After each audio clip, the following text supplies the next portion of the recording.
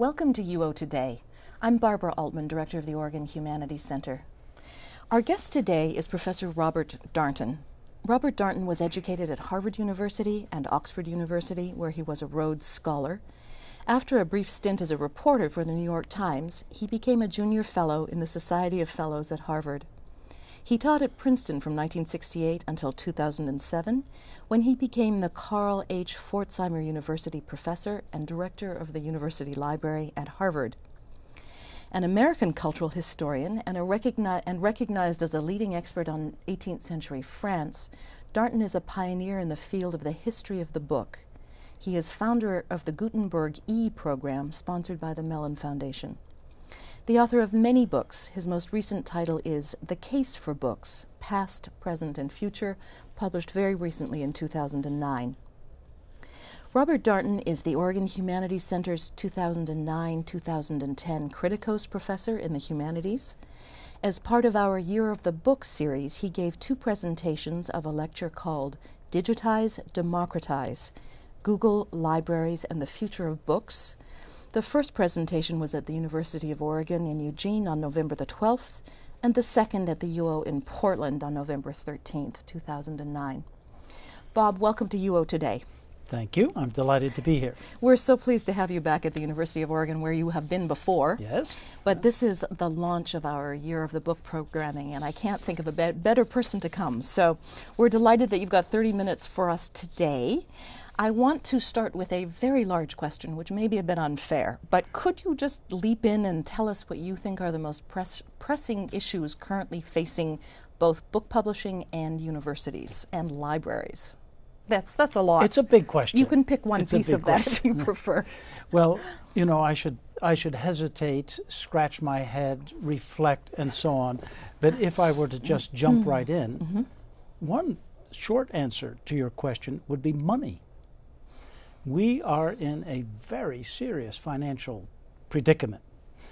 But let's be larger in our view of all of this. I think another serious question is the digital future. How will communication vary, and how will books be read, and what will the nature of reading be? What, in short, will be the landscape of what I like to call the Republic of Letters? It's a phrase that, as you know, goes back to the 16th century. It was very important to our own founding fathers. People like Jefferson and Madison thought they belonged to a Republic of Letters, in which the means of communication were, well, the written letter, but especially the book. So there's a centrality of the book in our civilization and in the way we learn that is not disappearing, but changing. And so we are in libraries trying to advance on two fronts, the digital and the analog, the new electronic books and the old printed books. But people often say to me, well, isn't the book dead? You know, I mean, printed books, isn't that passé? Gutenberg and all of that, great, but now we live in the information society. My view is that every society is an information society, but each society produces information and diffuses it in its own way. So I don't at all think that the digital book is going to displace and make extinct the old-fashioned printed codex. No, not at all. But I do think we're going through a period of transition, and that's a problem. So I haven't maybe answered your question, but tried to surround it with a series of considerations, each of which is important. Where do we get the money to provide both digital and printed books? What is the nature of the book itself and the way it will be read? And then how do we get through a period of flux? Because everything right now is fluid, and we don't actually know where we are going. We have goals, but how we will get there remains problematic. I see that it is a real challenge for people in your position. You're the director of the Harvard Library. You and your peers across the country are in the middle of a cultural revolution of sorts, and you're having to determine the direction of large institutions which do not turn on a dime. They're No. more like battleships that take a slow, easy curve. So you're having to look forward without really knowing what you're going to be dealing with. Yes. Do you think that that is different for university libraries and major research collections than it might be, say, for a municipal public library? Oh, absolutely. Now, I would change the metaphor with your permission. Please do. Not just a battleship, but a fleet of ships. The Harvard University Library, which I direct, has, we've decided, 73 libraries. Everything depends on how you define a library. But we used to say we have more than 100. Yes, you said somewhere it's between 40 and 140, and you've settled on 73? We've recently settled on 73. It's very embarrassing. You know, people say to you, how many libraries do you direct? It was my first question when I originally arrived at Harvard, and the answer was, well, some people said 40, and the biggest answer was 104. Now, it's not as silly as it sounds.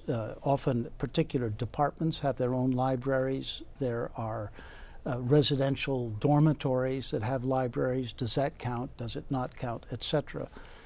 But what I'm trying to describe is a Baroque assembly of buildings and collections and services that have existed since 1638. So the whole system grew up organically with the university, really at the heart of the university, because Harvard owes its name to a gift of books by John Harvard. The original 400 books became the absolute core of the college at its origin and continued to be the core. The university grew up around it. Now that makes Harvard peculiar or different from your small-town public library, of course. And our needs at Harvard are different from those other needs, and yet we're sister libraries. We all are in the same business of trying to get books to readers, and to get them to readers free. We're not a commercial operation. Yet we live in a world of commercial operations. Books are produced by publishers who sell them, and journals are produced by publishers who sell them very expensively, with the price going up all the time. So we're surrounded by a series of constraints that have to do with the marketplace and the economics of publishing, while facing our own economic problems, such as heating the libraries and making sure the lights stay on. It's very complex. But much as I love our collections and so on, I feel that the small-town public library has a crucial role in our country, and that its role really is connected with Harvard's in a strange sort of way. I think that Harvard should open its intellectual wealth and share it with other libraries, which you might say is impossible. It certainly was impossible until the internet. And the marvelous thing about modern technology is it does make it possible for us to share our collections with a small library in the Midwest, and we're doing it right now. So it's an exhilarating time, even though it's a time when the financial pressures are simply enormous. When you arrived at Harvard, it was just at the moment when Harvard was beginning to work with Google on the digitizing of their collections, correct? Correct. And where does that process stand now? Well, it's in flux like everything else. Google originally approached 4 libraries in the United States to digitize their collections. First Harvard, and then Michigan, Stanford, and the University of California. Harvard agreed, as did the other 3, to let Google digitize books in the public domain. This had happened actually before I arrived at Harvard. When I did arrive, first I asked how many libraries do we have, and secondly, I found myself closeted with the university council, who explained to me that Harvard was in secret negotiations with Google about digitizing. And secret negotiations, this sounded rather conspiratorial to me. In fact, Google required that there be a non-disclosure agreement among everyone discussing the big plan called Google Book Search. And the idea Google had, which differed from its first version, was to create, in effect, a gigantic digital library by digitizing, scanning the copies in these 4 great libraries, and then creating a database from the digital copies, which it would sell to subscribers. So your library in, let's say, this Midwestern town could pay a subscription price and have access through the internet to a library that may be greater than any library that ever existed, greater than the Library of Congress, like the Library of Alexandria. I mean, it's a marvelous vision, and I think it will empower people everywhere in the country because they will have access to the world's knowledge. So I mean, as soon as I heard of it, I was dazzled with the potential, but there was a downside as well. It's a breathtakingly bold endeavor, and it really stands to change the way people do research, where they do research. It stands to change the relative rankings of universities if scholars and graduate students are no longer compelled to go to a particular physical site because that's where the paper library is. Yes. It means a democratization of the process of learning and research. It does, and I think that's great. So I feel that the elite universities, such as Harvard, should open themselves up, make their books available to the rest of the country. I even think it's our responsibility. Now, you could say this means that there will be less of a competitive edge of the Harvards, the Yales, the Stanfords of the country.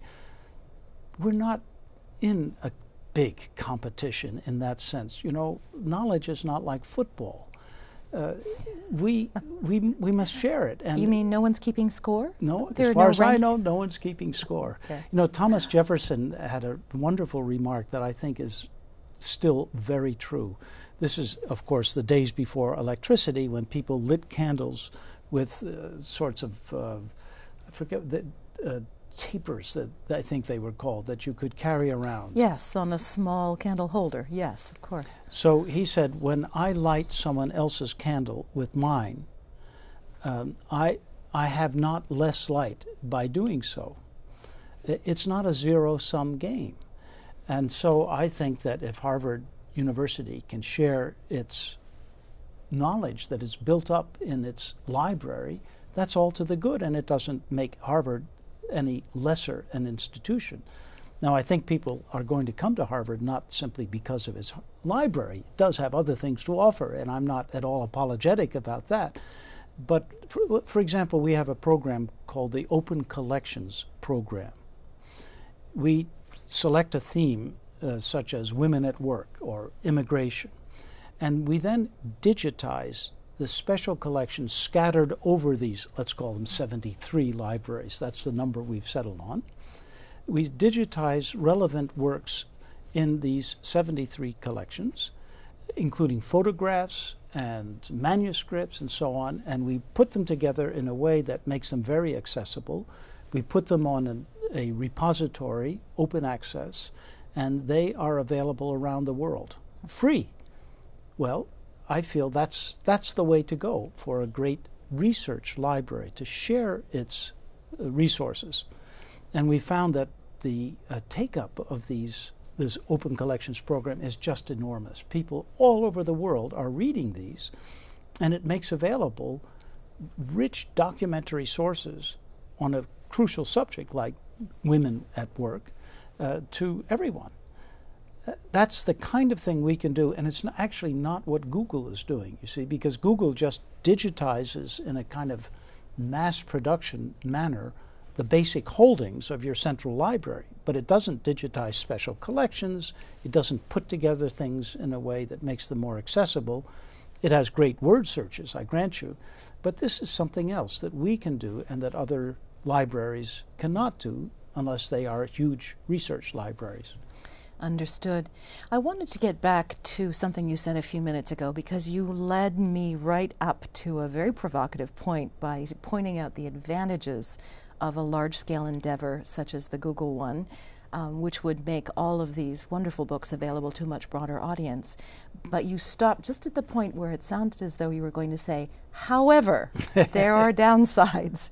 Well, there are downsides. Could you address a few of those? Well, I could. I mean, first, prefacing my remarks by saying I admire Google. I think that their engineers are terrific, and I think that this will be a great asset for the whole nation. So I'm not against Google Book Search at all. But somehow I've been, I think, cast as the enemy of Google Book Search quite unfairly. I'm not an enemy of it, but I have a central worry. Google is a commercial operation whose main responsibility is to its shareholders. It's about making money. Libraries, as I said, are about getting books to readers free. So there is a problem of clashing goals. And what we need is to work out a settlement, as it's called, in which these two seemingly incompatible purposes can be resolved. Well, what worries me, frankly, is that Google will have this great database with maybe 20 million books in it someday. And it will charge for access to this database whatever price it wants. And there is no institution that can control the price it's being charged. It's a monopoly, and monopolies tend to charge monopoly prices. There is no significant competition for Google.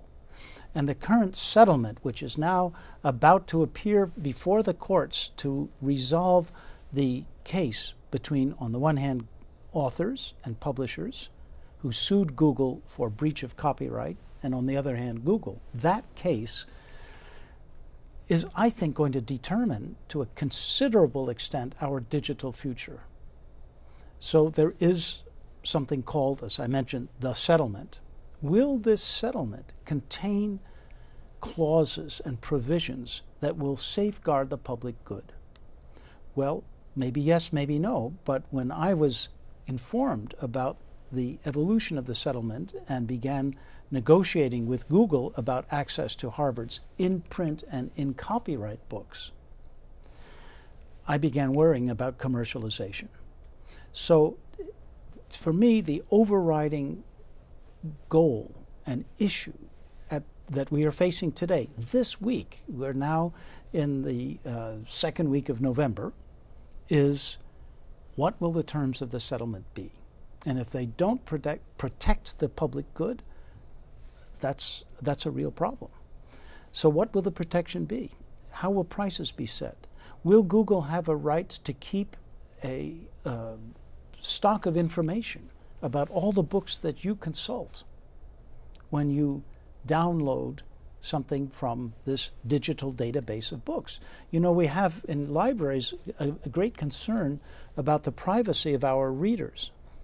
And we do not want to give anyone access to information about who reads what. We feel that's the business of the individual.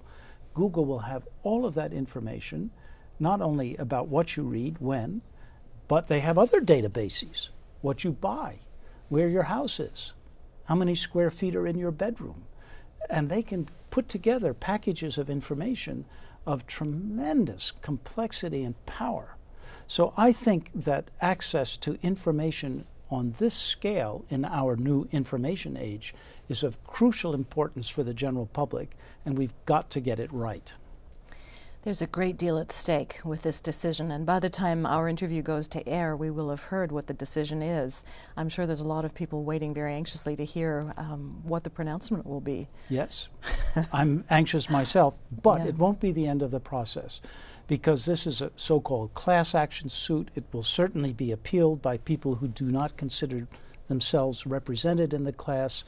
We could have 2 years of the suit moving from court to court.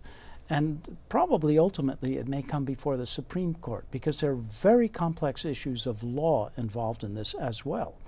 And the lawyers are having a field day already. So we've got law, we've got economics, we've got culture, and we've got the good of the general public at stake in something that is really very dramatic.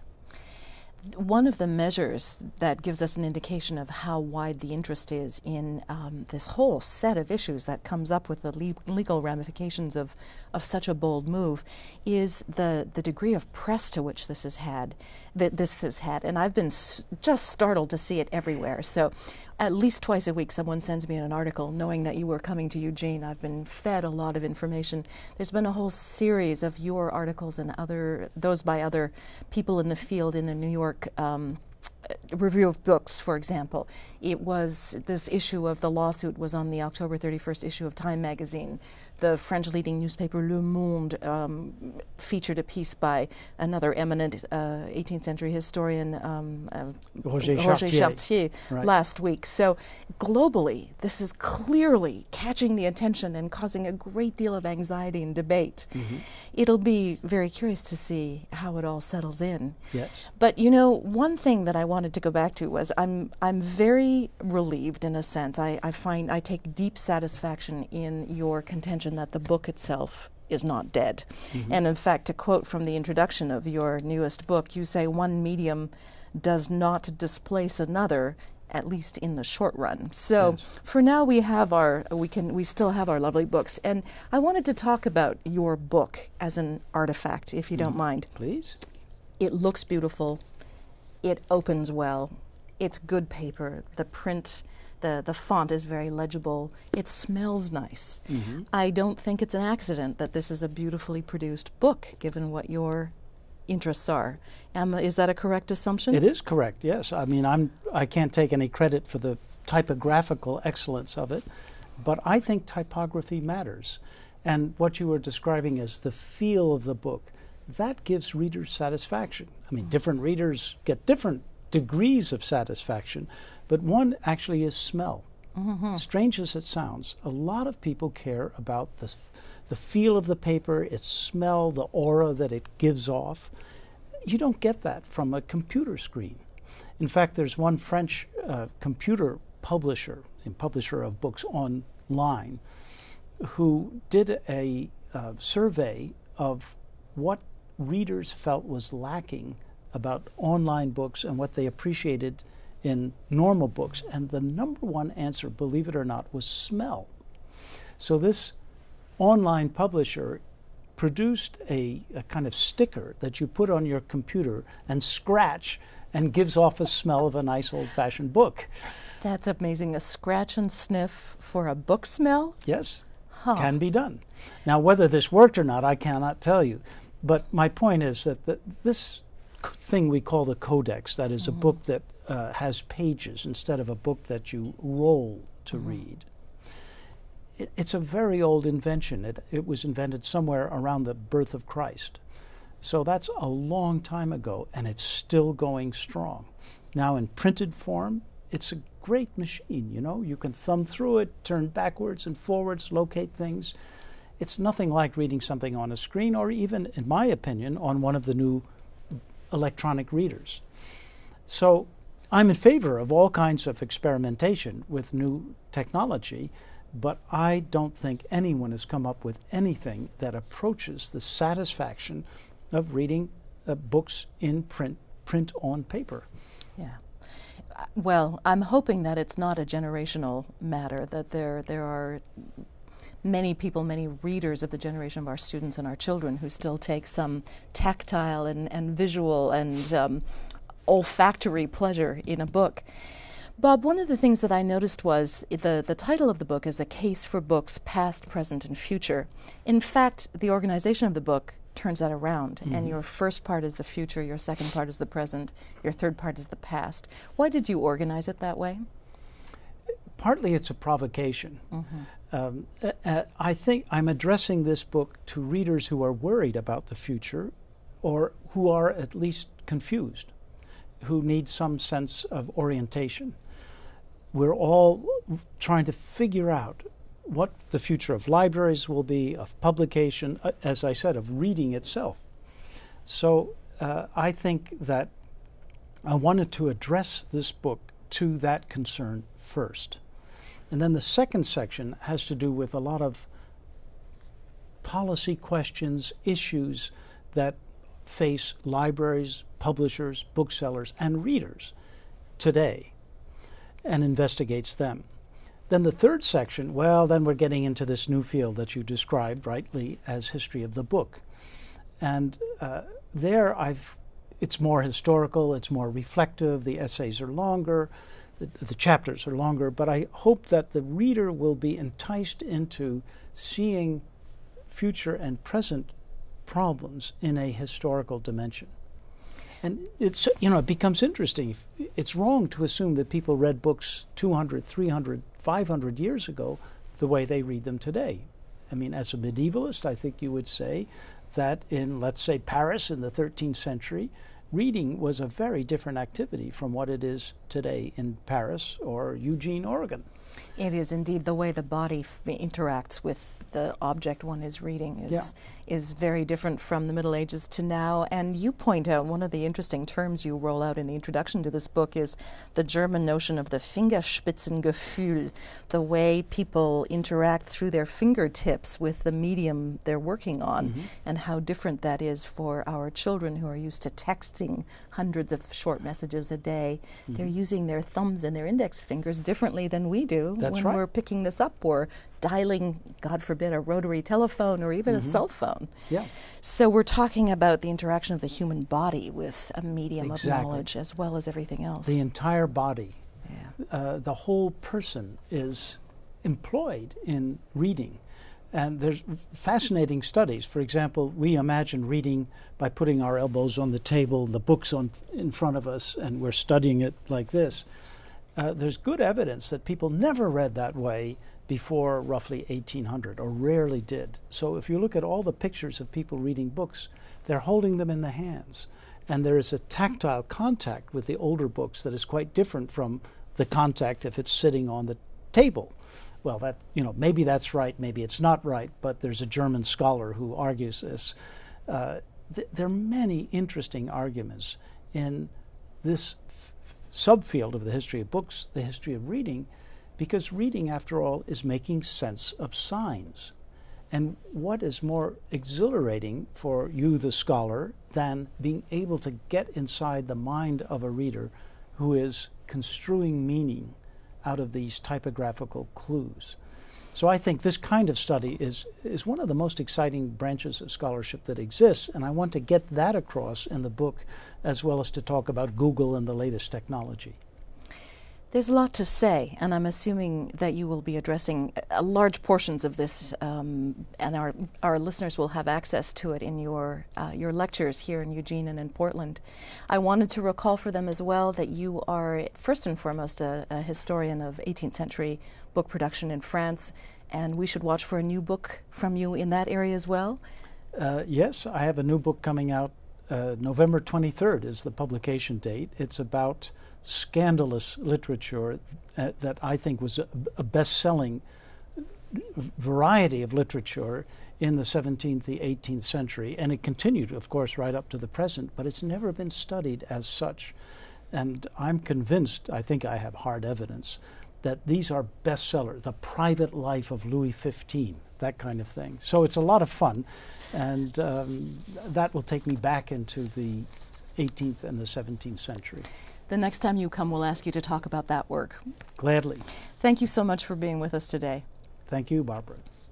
We've been speaking with Robert Darnton, Director of the University Library at Harvard and the Oregon Humanities Center 2009-2010 Kritikos Professor in the Humanities. Thank you for watching.